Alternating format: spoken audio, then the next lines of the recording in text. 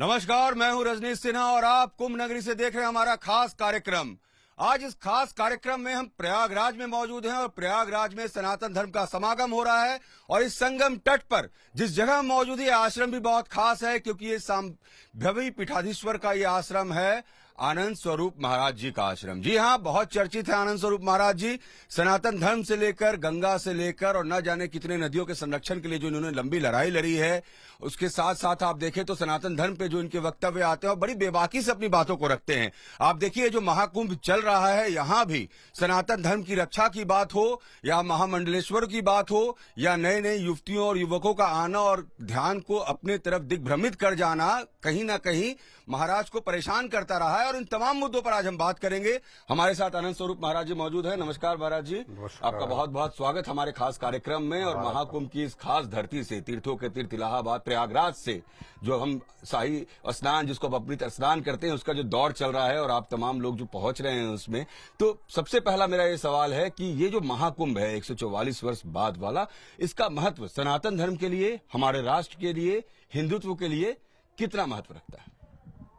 नहीं, कुंभ तो एक योग है और जब बृहस्पति का चक्रमण होता है तो 4 जगहों पे कुंभ लगता है। और हमारे यहाँ जब एक कदम भी रखते हैं तो वो अपने ज्योतिष शास्त्र के अनुसार ही रखते हैं। तो ये ऐसा कहते हैं कि जब बृहस्पति चक्रमण करता है उस समय दान, पुण्य, स्नान आदि का बहुत महत्व होता है, इसलिए यह 4 जगहों पे कुंभ लगता है। ये है वैज्ञानिक कारण। और दूसरा, जो हमारी किंवदंतियां, हमारी कहानियां, हमारी जो श्रुतियां कहती हैं, वो ये कहती है कि समुद्र मंथन हुआ, देवासुर संग्राम हुआ। वो संग्राम देवताओं के 12 दिन हुआ, तो देवताओं का 12 दिन मनुष्यों के 12 वर्ष के बराबर होता है। इसलिए हर 12 वर्ष में ये कुंभ लगता है, क्योंकि उस संग्राम में कुछ बूंदें अमृत की इन 4 जगहों पे गिर गई थी। तो वो 12 वर्ष पर कुंभ हो रहा है और यह सदा फलदायी रहा है। अभी यह जो कुंभ है, यह थोड़ा दूसरे ढंग का था इस बार वाला कुंभ। और वो दूसरे ढंग आपको पता ही है, चर्चाएं चारों तरफ खूब चल रही हैं कि क्यों चर्चित रहा है कुंभ। जिसके लिए चर्चा होना चाहिए वो चर्चा नहीं हुआ। चर्चा से दिग्भ्रमित हो गया, आपका कहना है ये कुंभ। कुंभ में जिस सनातन की चर्चा होनी चाहिए थी, आपको लगता है कि कहीं ना कहीं जिन बातों की चर्चा हो रही है, जिन महिलाओं की चर्चा हो रही है, जिन पुरुषों की चर्चा हो रही है, जिन बातों की चर्चा हो रही है, वो इस कुंभ का उद्देश्य नहीं था। कुंभ का उद्देश्य कुछ और भी था, जिसे पूरा होना है और होना चाहिए था, ऐसा लगता है। जी, कुंभ का उद्देश्य सदा से, जब आदि शंकर आए तो उन्होंने कुंभ की चर्चा, चूंकि उस समय कम्युनिकेशन का कोई माध्यम नहीं था, तो इन तिथियों को तय करके, चूंकि पंचदेव उपासना शुरू हो चुकी थी, तो इन तिथियों को तय करके उन्होंने कहा कि इन 3 वर्षों पे हम 4 जगहों में मिलेंगे और सनातन धर्म कैसे विस्तारित होगा, कैसे प्रचारित होगा, कैसे राजसत्ता चलेगी, कैसे धर्म सत्ता की राजसत्ता पे नियंत्रण होगा, कैसे ये शंकराचार्य राजाओं पे अपना नियंत्रण रखेंगे, इन सब विषयों पे हम विस्तार पूर्वक चर्चा करेंगे। उसके लिए कुंभ होता था। अब कुंभ समष्टि, वृष्टि, भंडारा, पत्तल, ये सब चीजों का हो गया है और कुंभ वीआईपी हो गया है। वीआईपीओं को स्नान कराओ, वीडियो बनाओ, न्यूज बनाओ, इसी के लिए रह गया है। जी, ये जो आपने तो गंगा, पिनाकिनी, इनके लिए आपने जो एक लंबी लड़ाई लड़ी, गंगा को राष्ट्रीय नदी का दर्जा देना हो, पिनाकिनी के लिए आप बेंगलोर गए, वहां पर आप केरल में आप जो घर वापसी के लिए आपने किया, मैं उस पर भी आऊंगा, घर वापसी वाली जो इशू है। लेकिन सनातन धर्म के लिए जो कुछ किया और जो एक लंबी लड़ाई लड़ेगी, क्या वो उद्देश्य की पूर्ति होते हुए दिखती है आपको? क्योंकि यहाँ पर भी आरोप लगे आनंद स्वरूप जी पर कि भाई जो लोग आ रही हैं, जहाँ जो साध्वी बनकर आ रही हैं, वो कहती हैं कि भाई आपने मेला छुड़वा दिया, आपने कुंभ छुड़वा दिया, आप सीधे बेबाकी से उनके ऊपर कटाक्ष करने लगे। देखिए क्या है कि मैं जब सब कुछ छोड़ करके अपनी घर द्वार व्यवस्था सब छोड़ करके इसलिए इधर आया, हमारा संन्यास निमित्त मात्र हुआ, किसी लक्ष्य के लिए हुआ। और वो लक्ष्य था गंगा को निर्मल और अविरल करना। मैं बार बार कहता रहा कि जो महाभारत का नदी पर्व है, वो कहता है वेगानाम नदी। नदी का वेग नहीं होगा तो नदी को कभी आप स्वच्छ नहीं रख सकते। अफसोस है कि 2014 के बाद भी हमारी नदी ना अविरल हुई, ना निर्मल हुई। इस बार स्नान कैसे हुआ? तो हमारी लड़ाई लंबी चली। इस कुंभ में आने के साथ ही हमारा जो लक्ष्य है कि शास्त्र की मर्यादा प्रतिष्ठित हो आचार्यों की मर्यादा प्रतिष्ठित हो, और जिस परंपरा से मैं हूं शंकराचार्य की सांकरी परंपरा प्रतिष्ठित हो, अखाड़ों की प्रतिष्ठा बढ़े, अखाड़ों के प्रति जो प्रश्न उठ रहे हो प्रश्न समाप्त हो, जो पैसे लेकर के मंडलेश्वर बनाने का अभियान चल रहा है वो बंद हो। अगर कोई साध्वी हम अग्निवस्त्र धारण करते हैं उसकी एक प्रक्रिया है, उसकी त्रिदिवसीय संन्यास की एक प्रक्रिया है। हम प्रायश्चित करते हैं, हम प्रायश्चित के बाद अपना अग्नि स्नान करते हैं, फिर उसके बाद हम गुरु धारण करते हैं, पिंडदान करते हैं, विरजा होम होता है हमारा। ये सब कुछ प्रक्रियाएं न हो करके ही कोई व्यक्ति आया, नकली जटा लगा लिया और भगवा वस्त्र पहन करके विश्व की सबसे सुंदर साध्वी यह प्रचारित अपने चैनल से किया। यह सब चीजें हमको बुरी लगी। मैंने उस प्रश्न को उठाया, उसको हमने समझाया और हमने कहा कि तुम्हारे पास अभी भी इस महापाप को जो तुमने किया है उसके प्रायश्चित का समय है। गंगा में जाकर के खड़े होकर के प्रायश्चित करो कि हमने गलत किया है, नकली जटा, हम साधु नहीं है और साधु दिखाया हमने लोगों को ये बताया कि मैं 2 वर्ष से इस प्रक्रिया में हूं और तुमने झूठ बोला, इस झूठ को तुम जाकर के प्रायश्चित करो। उसको बुरा लगा, क्योंकि क्या है आजकल के बच्चे सच को स्वीकार नहीं कर पाते हैं, तो या तो सुसाइड कर लेते हैं या तो माँ बाप को ही बुरा भला करने लगते हैं। तो मैं चूंकि गुरु रूप में हूं, मेरा काम है अंधकार से प्रकाश की तरफ ले आना, और हर्षाचार्य के मैटर में मैंने वही किया। मैं वो महापाप होने से दूसरे और तीसरे शाही स्नान को, अमृत स्नान को बचा लिया, उसमें कोई मॉडल नहीं गई। अभी भी यदि कोई अनाधिकृत और शास्त्रीय अमर्यादित काम करेगा उस पर प्रश्न उठाऊंगा, और प्रश्न ही नहीं, अब तो उसके खिलाफ धार्मिक भावना भड़काने का मुकदमा भी दर्ज कराऊंगा। महाराज जी, मैंने एक साध्वी हैं, उनसे बातचीत में एक वाक्य सुना। उन्होंने कहा कि बैराग जब चढ़ता है तो वो रुकता नहीं है, इंसान रोके नहीं रुकता है। आप कह रहे हैं कि जब किसी को सन्यास जीवन में आना है तो वो एक विचारधारा के साथ आता है, एक संकल्प के साथ आता है। मन की शांति के लिए बहुत लोग हैं जो सन्यासी बनना चाहते हैं। इस पर आप क्या संदेश देना चाहते हैं और इसको आप किस तरीके से देखते हैं? ये तो मैं चाहता हूँ कि पत्रकार ये जाने जी, वैराग्य का आ जाना जी, यह स्वतः प्रक्रिया है निश्चित रूप से, जी, लेकिन सन्यास जो हमारी परंपरा है, शांकरी परंपरा, उसका एक अनुशासन है जी, और वह कौन ले सकता है, कौन उसका अधिकारी है, उसके लिए नैष्ठिक ब्रह्मचर्य आपने कितना पालन किया है, आपने परीक्षा दिया कि नहीं दिया है। परीक्षाओं के बाद जब उत्तीर्ण हो जाते हैं आप, तमाम ऐसी विधाएं हैं जिसमें आप उत्तीर्ण हो जाते हैं, तभी जाकर के यह गुरु परंपरा है। हम पढ़ते हैं तो कहते हैं सदाशिव समारंभाम शंकराचार्य मध्यमाम अस्मदाचार्य पर्यंताम वंदे गुरु परंपराम। ये गुरु की परंपरा है। गुरु ही आपको ज्ञान भी देता है, गुरु ही आपको सन्यास और वस्त्र भी दे सकता है। तो कोई आए, मुझे बहुत स्वीकार है, कोई गुरुओं के सानिध्य में रह करके वैराग्य धारण करके परित्यक्त करके त्याग भावना के साथ जीवन यापन करे, कौन मना कर रहा है? मैंने मना नहीं किया कभी किसी को। खूब युवा आए, लेकिन आए परंपराओं को समाप्ति के लिए नहीं। जो हमारी ऋषियों ने बहुत रिसर्च करके परंपराएं बनाई हैं, उसको परंपराओं मूल्यों का संरक्षण करते हुए उसमें सम्मिलित हो, मेरा स्वागत रहेगा। महाराज जी, आपने महामंडलेश्वर की उपाधियां दिए जाने पर भी सवाल खड़ा किया था। आपने 2 शंकराचार्यों पर भी कहा कि जो अखाड़ों के हैं कि कैसे ये लोग बना रहे हैं, शंकराचार्य बनाने पर भी सवाल उठाया आपने। तो ये क्या विषय था जिस पर आपने बात क्या है, शंकराचार्य की नियुक्ति का, जैसे कोई सरकार है वो संविधान से चलती है जी, उसकी नियुक्ति कौन करेगा, कैसे होगा, तो वैसे ही शंकराचार्यों की नियुक्ति की एक प्रक्रिया है जी। और वो एक पुस्तक है जिसका नाम है मठामनाय अनुशासन। मठामनाय अनुशासन में साफ शब्दों में लिखा है कि शंकराचार्यों की नियुक्ति शंकराचार्य ही कर सकते हैं। 3 शंकराचार्य मिलकर के चौथे शंकराचार्य की नियुक्ति करते हैं। उसमें अखाड़े थे ही नहीं। अखाड़े तो मधुसूदन सरस्वती जी ने 12वीं शताब्दी में बनाया है। अखाड़े कहां से आ जाएंगे? अखाड़ों के अधिकारी नहीं है कि वो शंकराचार्य बनाए, अखाड़ों को अधिकारी नहीं है कि वो संन्यास दें जी। किसी भी कीमत पर। अखाड़े सिर्फ सेना है, सेना की नियुक्ति सरकार करती है और सांकरी परंपरा में सरकार शंकराचार्य है। शंकराचार्य चाहेगा तो संन्यास देगा, नहीं चाहेगा तो नहीं देगा। ये जो महामंडलेश्वर होते हैं, इनकी सनातन धर्म की परंपरा में इनकी क्या भूमिका होती है? ये कैसे तय होती है? बिल्कुल, जो जब अखाड़े बने, अखाड़े एक सेना है जी, सेनाओं की मणियां बनी जी, और जब मणियां बनी तो मणियों में मंडली बनी। तो एक मंडली का जो इंचार्ज था वो मंडलेश्वर था।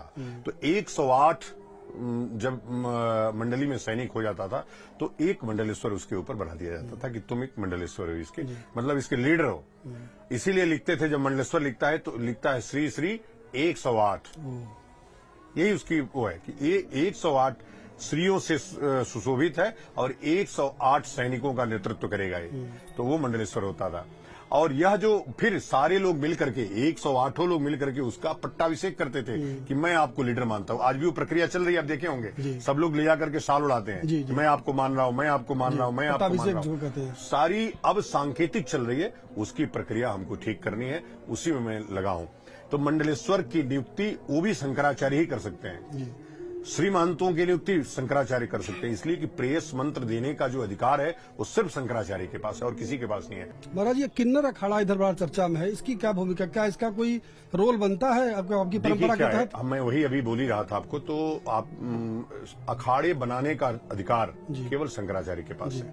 ये जो 7 अखाड़े जो बने हैं, निरंजनी, निर्वाणी, जूना, आवाहन, अग्नि, अटल, ये जो 7 अखाड़े हैं, ये 7 अखाड़ों का निर्माण शंकराचार्यों ने किया है। क्योंकि शंकराचार्य ने कहा इन चारों पीठों पे प्रतिष्ठित व्यक्ति मैं ही हूं, ऐसा समझना। हम लोग आज भी आदि शंकर ही समझते हैं उन शंकराचार्य भगवान लोगों को। तो वो नियुक्त करेंगे, वही अखाड़ा होगा। अखाड़ा किस लिए नाम रखा गया? इसलिए कि युद्ध लड़ना है, धर्म युद्ध लड़ना है, इसलिए उसका नाम अखाड़ा पड़ा। आजकल क्या हो गया? परी अखाड़ा, परी अखाड़ा, फिर हो गया ये क्या नाम है इसका, किन्नर अखाड़ा। तो आने वाले समय में कोई व्यक्ति अखाड़ा का नाम रख सकता है। इसलिए मैंने कहा अगले महाकुंभ में किन्नर अखाड़े नाम का कोई चीज नहीं जाएगा। यदि जाएगा तो नासिक का कुंभ नहीं होगा, ये तय है। मैंने कहा है किन्नरों के प्रति मेरी पूरी संवेदना है, लेकिन जो जिस कार्य के लिए बना है, किन्नरों का जन्म भगवान ने भेजा बधाई गाने के लिए, मंडलेश्वर बनने के लिए नहीं, सबके लिए भगवान ने वो तय किया है कि तुम क्या करो। लेकिन स्वामी जी अखाड़े चल तो रही हैं, किन्नर अखाड़े चल रहे हैं पहले से, इनको कहीं ना कहीं इनकी एक्सेप्टेंस है, तो ये आए भी यहाँ पर। नहीं, इनको जगह भी क्या है, ये डेमोक्रेटिक सेटअप है। हाँ। भारत लोकतांत्रिक देश है। लोकतंत्र में सरकार ही सर्वोपरि है। सरकार को सनातन धर्म के बारे में कुछ पता नहीं है। लगातार हमारे जो धर्मगुरु हैं वो बता रहे हैं कि कौन आचार्य हो सकता है। शास्त्र कहता है कि आचार्य सर्वांग संपन्न हो सकता है, केवल सर्वांग संपन्न नहीं हो सकता है। सर्वांग संपन्न नहीं है तो नहीं बन सकता। जब व्यक्ति नपुंसक है, उसके पास अंग भंग है, तो कैसे आचार्य बन सकता है? एक चीज। दूसरा ये है कि अभी जो चल रहा है, अभी आपने देखा एक व्यक्ति त्रिपाठी नाम लिखता है कि मैं, क्या नाम है उसका त्रिपाठी का? लक्ष्मी नारायण त्रिपाठी, और वो आस्पद दे रहा है गिरी का। अगर मैं भारतीय हूं तो मैं भारतीय आस्पद दे सकता हूं, मैं त्रिपाठी हूं तो त्रिपाठी आस्पद दे सकता हूं, मैं गिरी आस्पद कैसे दे सकता हूं? तो यह जो कलंक लग रहा है सनातन धर्म पर, मजाक उड़ाया जा रहा है सनातन धर्म का, यह बर्दाश्त से बाहर है और किन्नर अखाड़े पे सख्त कार्रवाई करने वाले हैं। लेकिन ये जो पूरा माहौल इस बार कुंभ में बना, पहले भी कुंभ होते रहे हैं, पहले भी अखाड़े आते रहे हैं, पहले भी महामंडलेश्वर आते रहे हैं, अचानक इस बार ऐसा क्या हुआ कि अचानक इतने सारे, इसमें बहुत सारी बातें उठ के सामने आने लगी? ये अखाड़े आते थे, किन्नर अखाड़े नहीं आते थे। अखाड़े आते थे, फर्जी अखाड़े नहीं आते थे। संत आते थे, फर्जी संत नहीं आते थे। लड़कियां, महिला संत आती थी, मॉडल नहीं आती थी। आजकल क्या है कि जो हम नहीं है उसका रूप पकड़ना फैशन हो गया है वो। फैशन, स्वांग रचना कहते हैं इसको। स्वांग रच रहे हैं लोग। भाई हर्षा ने स्वांग रचा किस लिए? उसको रील बनाना था, उसको अपना फॉलोअर बढ़ाना था। ममता कुलकर्णी भी पहुंची। ममता कुलकर्णी, मैं वही तो कहा कि आज अभी ममता कुलकर्णी आई, कल दाऊद इब्राहिम भी महामंडलेश्वर बनेगा। अगर तुमने ये प्रक्रिया जारी रखी और ये भोंडा मजाक जारी रखा तो कल दाऊद इब्राहिम, छोटा राजन, छोटा शकील सारे आएंगे और कोई आचार्य मंडलेश्वर, कोई मंडलेश्वर, कोई कुछ बनेगा। भाई 12 वर्षों तक जो महिला धक्के खाती रही जेलों में, उसका परिमार्जन कब हुआ? उसका शुद्धिकरण कब हुआ? उसने ब्रह्मचर्य कब धारण किया? उसने तो अभी इंडिया टीवी पे सारे गलत मंत्र पढ़ा उसने, उसको मंत्र तक नहीं आता और उसको आपने मंडलेश्वर बना दिया। आपने हमारे शास्त्रीय विधानों का इतना बड़ा मजाक उड़ाया, तो हम माफ करेंगे किन्नर अखाड़े को। तो इस स्वामी आनंद स्वरूप जी महाराज को तो ये बातें समझ में आती हैं, और जितनी प्रमुखता से और जिस तरीके से बेबाकी से आप बातों को रखते हैं, क्या ऐसा नहीं लगता कि इस पूरे आपका जो पूरा ये संप्रदाय है, जो तमाम लोग हैं, उन सबको इन बातों को समझना चाहिए, बातों को उसी तरीके से रखना चाहिए, और कुंभ की जो एक प्रतिष्ठा बनी रही है और जिस तरीके से इसकी एक सात्विकता है वो कायम रहे? बिल्कुल लगना चाहिए। और अंदर अखाड़ों को सबको महसूस हो रहा है 90% अखाड़ा परिषद के खिलाफ है, आपकी बात हुई है के खिलाफ है। अभी रविंद्र पुरी को मैंने एक दिन कहा, उसने कहा कि मैं स्नान कराऊंगा, देखता हूं कौन रोकेगा। मैंने कहा कि तुम असल के होगे तो तुम स्नान कराओगे और मैं असली होऊंगा तो स्नान नहीं होने दूंगा उसका। एक लड़की के लिए, एक औरत के लिए महाभारत हो चुका है, यहां भी महाभारत होगा। अगर तुमने अखाड़ा बनाया, आओ युद्ध लड़ो। धर्म युद्ध के लिए अगर तुम जीतोगे तो तुम स्नान कराओगे, मैं हारूंगा तो मैं स्नान, भाई अखाड़े बने इसीलिए। तो प्रयागराज की धरती पर आनंद स्वरूप महाराज जी अखाड़े धर्म युद्ध के लिए तैयार हम हैं। तैयार थे, लेकिन हाँ। उन लोगों ने फिर लाइव टीवी पर उन्होंने स्वीकार किया उसको कि नहीं, महाराज जी जो कह रहे हैं वो शास्त्र सम्मत है और महाराज जी जो कहेंगे वही स्वीकार होगा। अगले कुंभ तक आपको विश्वास है कि इसको आप पूरी तरह से क्लेरिफाई मैं पूरा करेंगे? बिल्कुल, नहीं तो हम 9 महीने पहले पहुंचने वाले हैं इस बार कुंभ में। अच्छा। 9 महीने पहले जाके वहीं डेरा डाल देंगे। एक भी फर्जी संत आपको दिखेगा तो आप कहना मैं लाइव टाइम्स न्यूज के साथ बैठा हूं। मैं वादा कर रहा हूं, लाइव ये लोगों को बता रहा हूं आपके चैनल पर कि कोई भी फर्जी संत उस कुंभ में नहीं जाएगा, कोई भी ये मॉडल नहीं जाएगी, कोई किन्नर अखाड़ा नहीं जाएगा, कोई भी प्रोस्टिट्यूट अखाड़ा नहीं जाएगा। ये मेरा दावा ये है। स्वामी जी का एक नया स्वरूप, मतलब एक नई युद्ध। आपने जल के लिए एक लड़ाई लड़ी, नदी के लिए एक लड़ाई लड़ी, हिंदू सनातन धर्म के लिए लड़ रहे हैं। अब ये कैसे स्वच्छ हो पूरा कुंभ का माहौल, इसके लिए एक धर्म युद्ध। धर्म नहीं, हमारा जो परंपरा है ये धर्म नहीं है। धर्म उसको कहते हैं धारयति धर्म। हाँ। धर्म जो धारण करने लायक वो धर्म है, यह परंपरा है। और यह परंपरा एक ऋषि ने बनाया, वह ऋषि जिसने सनातन धर्म को बौद्धों से बचाया, तमाम पाखंडों से बचाया, उसने पुनर्स्थापित किया। और उसने कहा अहम ब्रह्मास्मि तत्त्वमसि। उसने इतनी बड़ी मर्यादा, इतना बड़ा मार्ग दिया कि हमारे जीव और परमात्मा में कोई विभेद नहीं है, मनुष्य में क्यों विभेद रहेगा। लेकिन जब उसने परंपरा बनाई तो उसने कहा कि कोई नैष्टिक ब्रह्मचारी ही संन्यास ले सकता है, कौन व्यक्ति शंकराचार्य बन सकता है उसने लिखा, कौन व्यक्ति संन्यास ले सकता है उसने लिखा, किस प्रकार कितने प्रकार का संन्यास ले सकता है उसने लिखा। ये जितने भी सन्यासी हैं ये उन किसी प्रकार के सन्यासियों में फिट नहीं बैठते हैं, इसलिए वो बाहर नहीं आए। लेकिन स्वामी जी आयोजन तो बहुत बड़ा हुआ प्रयागराज, आज पूरे विश्व भर में जो डंका बज रहा है। मैं कल भी था उस अमृत स्नान में, और चिली से, हंगरी से, पेरिस से, फ्रांस से, हर जगह से, इटली से जो लोग आ रहे हैं, तो इसमें कहीं ना कहीं वो लोग कह रहे हैं कि only India can do this, सिर्फ भारत ये कर सकता है, इंडिया इज इनक्रेडिबल। तो इसकी तो आप सराहना करेंगे कि एक बहुत बड़ा आयोजन, करोड़ों लोगों का आना और एक शहर में 1.5 महीने 2 महीने तक लगातार रहना और तमाम साधु संतों का रहना है, पूरे वातावरण को भी बदलता है और माहौल भी बदलता है। बिल्कुल, ये माहौल बदलने के लिए नहीं आते हम लोग अपनी चर्चा करने के लिए आते हैं। वातावरण शुद्ध होता है, मेरे कहने का मतलब ये है। शुद्धता तो और ज्यादा के लिए हाँ। वर्ष भर यज्ञ चलता रहता है। हाँ। वो चलता है। यह जो कुंभ है यह सभी गृहस्थों का, सभी संतों के साथ सामूहिक स्नान के लिए होता है। और प्रयाग में दान के लिए और स्नान के लिए इसी की प्रधानता रही है। हम इसके लिए आते हैं। और दूसरा आते हैं कि हम परिणाम लेकर के आएंगे कि अब सनातन धर्म की दिशा क्या होने वाली है।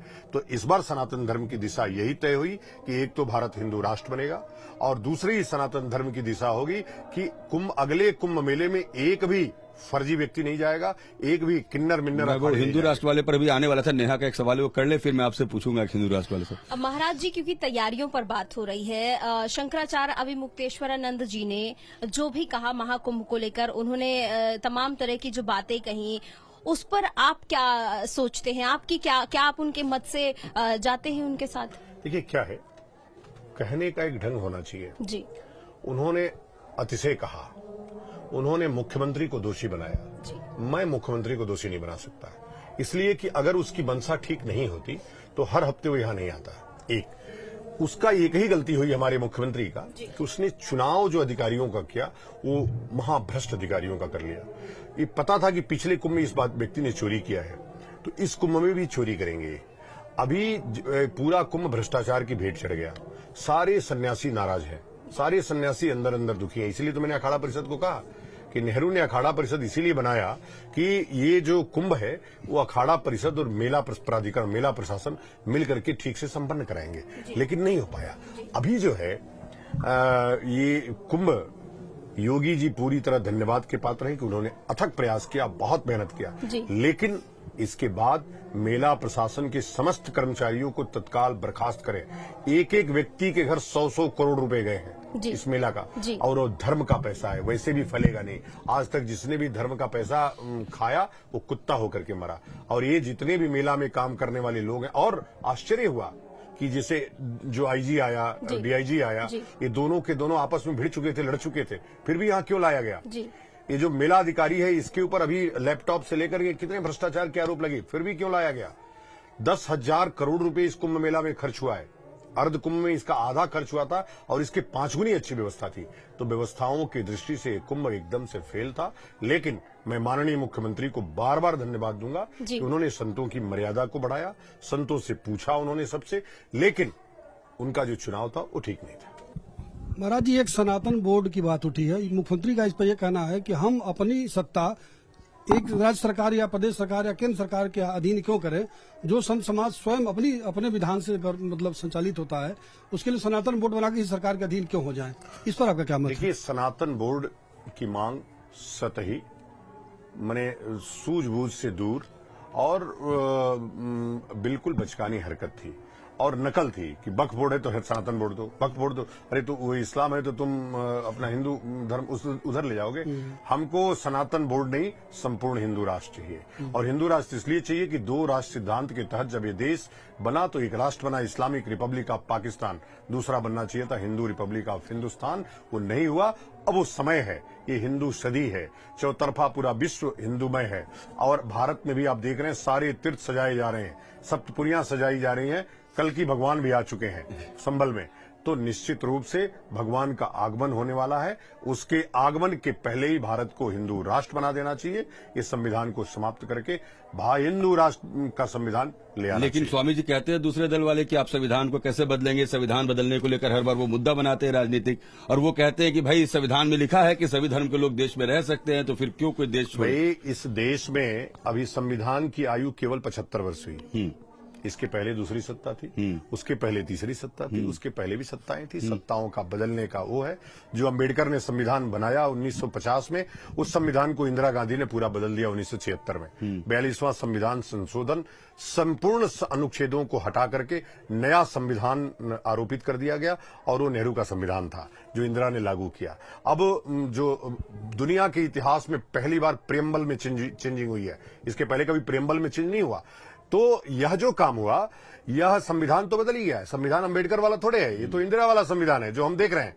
जैसे कांग्रेस वाली तो कांग्रेस आई है इंदिरा वाली, तो वैसे ही ये संविधान अंबेडकर वाला नहीं है, ये संविधान है इंदिरा वाला। तो इंदिरा के संविधान को बदल करके हम हिंदू राष्ट्र का संविधान लाएंगे। और जब मैं हिंदू राष्ट्र के संविधान की बात करता हूं तो मैं राम राज्य की बात करता हूं, मैं कंस के राज की बात नहीं करता। क्या परिकल्पना है हिंदू राष्ट्र की? परिकल्पना आनंद स्वरूप जी क्या समझाना चाहते हैं? हिंदू राष्ट्र पूरा लिखा हुआ है, एक प्रारूप में चाहूंगा कि आपके चैनल के माध्यम से मैं इसकी संकल्पना यही है। 2 लाइन में आप बोले तो क्या समझाएंगे? हम चाहेंगे कि भारत को राम राज्य दे दिया जाए, जहां जितने पशु पक्षी नर नारी किन्नर सब हैं, सब सुरक्षित रहें, सब प्रसन्न रहें। ऐसा एक शासन व्यवस्था हम लेके आना चाहते हैं। इतिहास गवाह है कि जब हमारा हिंदू सत्ता रही है तो सब लोग प्रसन्न रहे हैं। हर धर्म संप्रदाय को आप अनुमति देंगे ना? नहीं, रहने की अनुमति देंगे, रहने की, व्यापार करने की सबको अनुमति है, केवल मत देने की अनुमति नहीं है।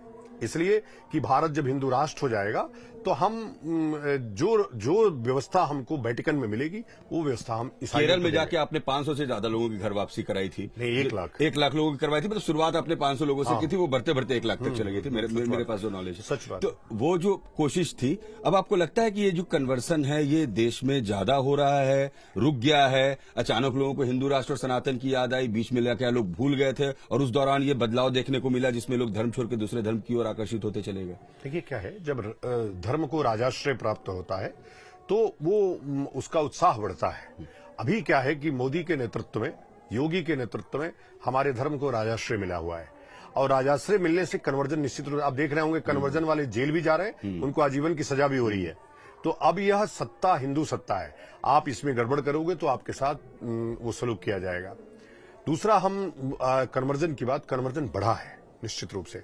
जैसे जो राज्य जहां भाजपा शासित नहीं है, जैसे पंजाब में कन्वर्जन बड़ी तेजी से बढ़ा है, केरला कन्वर्जन बहुत तेजी से बढ़ा है। अभी आपने देखा आंध्र प्रदेश में राज्य प्रायोजित कन्वर्जन हुए, जो इसके पहले जगन मोहन रेड्डी की सरकार थी, उन्होंने राज्य प्रायोजित कन्वर्जन कराया और उसका हमने विरोध किया और उनकी सत्ता उखाड़ फेंकी। अब फिर से जगन मोहन रेड्डी कभी आंध्र प्रदेश में नहीं आएंगे। तो जो हिंदू हित की बात नहीं करेगा इस देश में वो राज नहीं कर पाएगा। और वैसे ही जब हिंदू राष्ट्र हो जाएगा तो प्लेस ऑफ वर्शिप एक्ट की भी खिलाफत कर रहे हैं आप लोग, तो कह रहे हैं नहीं, ये किसी एक्ट की जरूरत ही नहीं है। प्लेस ऑफ वर्शिप एक्ट हम नहीं, यह तो हमारे कह रहे हैं कि आप आज 4 को गलत कहिएगा, कल हम भी 40 को फिर गलत कहने लगे। कौन गलत कहेगा? आपने एक राष्ट्र इस्लाम क्यों लिया तब? अगर हम हिंदू मुस्लिम भाई भाई हैं तो पाकिस्तान क्यों बनाया? अगर हम हिंदू मुस्लिम भाई भाई हैं तो बांग्लादेश क्यों बनाया? तो तुमने अगर पाकिस्तान बनाया तो जिसको इस्लामिक प्रैक्टिस करनी हो पाकिस्तान जाए। हम जानते हैं कि जिस दिन हिंदू राष्ट्र होगा 99% मुसलमान अपना धर्म छोड़ करके हिंदू धर्म स्वीकार कर लेगा।